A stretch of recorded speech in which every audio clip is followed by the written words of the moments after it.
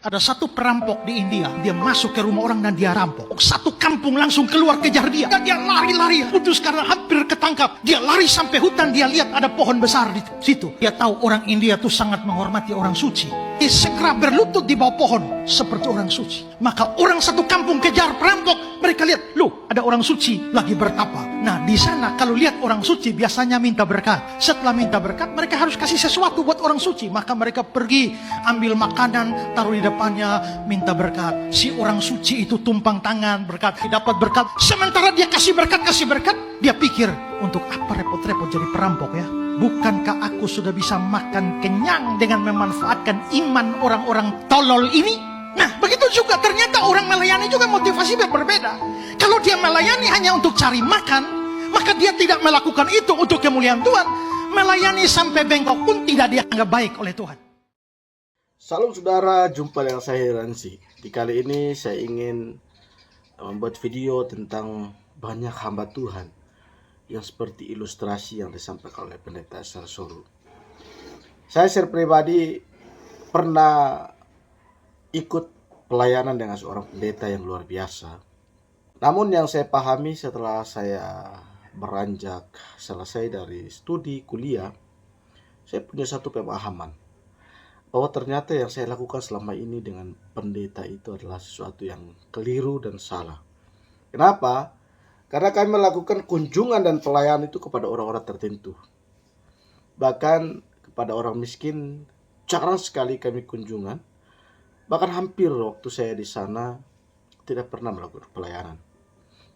Tapi ketika ada orang yang berisi dompetnya, kami melakukan kunjungan pelayanan, dan ketika kami pulang itu kami mendapat PK itu lumayan besar. Sekitar 200 sampai 300. Tapi kalau untuk seorang pendeta, saya tidak pernah lihat nominal uang mereka, tapi sekitaran 500 sampai 1 juta. Itu sekali kunjungan. Makanya saya pernah merasa bangga sekali dulu ketika saya memamerkan bahwa saya punya uang. Karena dalam 1 bulan itu kami melakukan kunjungan itu ya minimal 2 kali. Ya maksimal 3 sampai 4 kali. Nah, bayangkan Bapak Ibu Saudara kalau satu kali kunjungan itu kita dapat 200. Satu hal yang saya pahami bahwa ada banyak hamba Tuhan yang memanfaatkan itu pelayanan. Ada banyak hamba Tuhan yang memanfaatkan ketenaran dalam dunia pelayanannya. Seperti halnya pendeta mencari sponsor.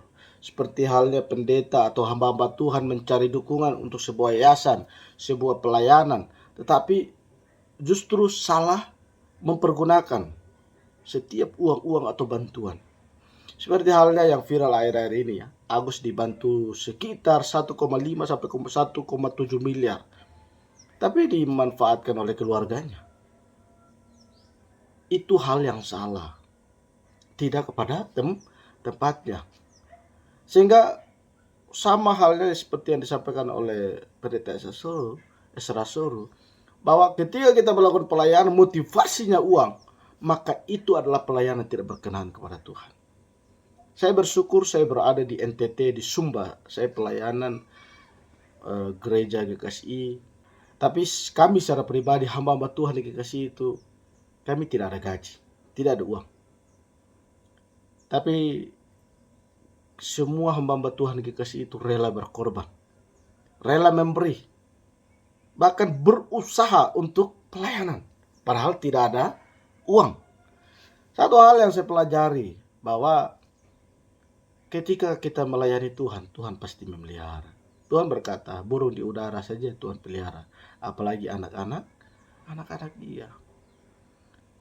Dan saya secara pribadi dalam pelayanan di Sumba, istilahnya tidak berharap kepada PK, dan bahkan memang kami tidak ada PK.